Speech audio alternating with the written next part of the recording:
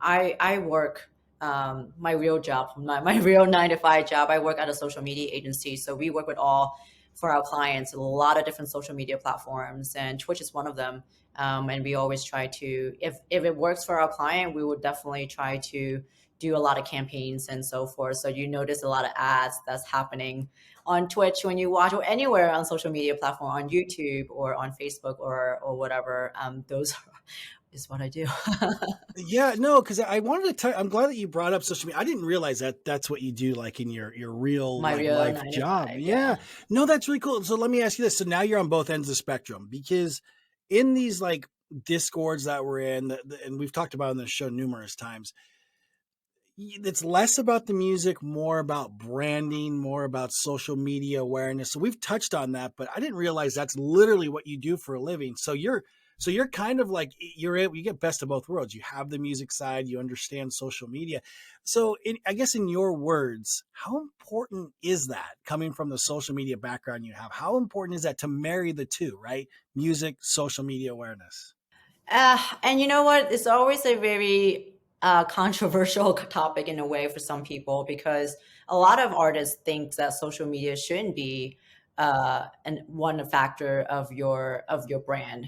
But honestly, for me, being in the social media space, and knowing how well it can, communicate to your fan and to people, and bringing in new, engager, just users in general, I feel like social media is important. It is a huge factor to your brand, and as long as you're willing to learn, it can go a long way.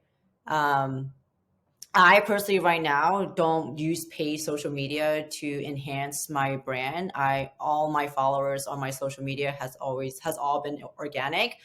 But for me personally, to when an artist come to us and let's say I want to build up my followers or my engagers or whatever, you do have to put money behind it, and there are ways to do that in a genuine way, not like trying to get like fake followers, but there are ways to promote your brand, and get people to see your name out there that typically they wouldn't be able to see normally. I see There's this. a fine line. Sorry. Go ahead, Ty. I was gonna say. So I no, I got so much shit to I talk was gonna about. say. Okay. I see the smoke coming out of Rob's ears. He wants to tell you something Oh, right now. fucking ready to go. Okay, so no, because you see that you see guys selling blue check marks, you see folks selling followers in their quote unquote campaigns, and we've seen some guys We that talk about were it a lot. yeah, we have, and I know there's this fine line of building up your fan base, but then doing it organically. So it's not like botted, right? Because I Yeah. know people want their work seen, but then they look like they feel like they're not going to get booked unless they have X amount of followers. And there's maybe some of this internal pressure that they go out and make some bad decisions. You say that if you put some money behind it, you can organically build up your following, get it in front of eyes that you might not ordinarily do without it Yeah. being botted. Yeah, no bots. Like if you put money behind it, you can target specific audience that you want to reach that may be interested. Whether they follow you or not, it depends, on them. But these are true, real people. These aren't bots. So for our clients specifically, if they are trying to build out their followers on social media, whether it be TikTok, Facebook, Instagram, and so forth, we do put pay money behind it, but we're not targeting fake audiences. We're targeting real people. Yeah.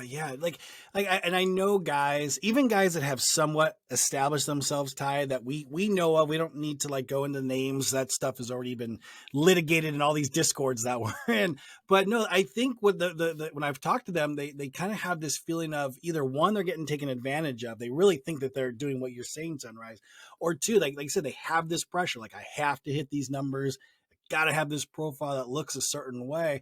Are you guys keen to that though, Sunryse, as far as artists who have these fake followers or trying to get booked? And have you seen a lot of that on the DJ side of Or in things? the trance community in general. Yeah, exactly. Yeah, in your community. I definitely don't see that many on from my end specifically. To be honest, a lot of the people that I am friends with or that I get in touch with when I see them, whether it be at music shows or networking or whatever, there are just trying to build out their brand. There are some people that I know, I've heard that maybe done that, that actually do, buy these spots. But, at the end of the day, honestly, focus on what you have to do for yourself.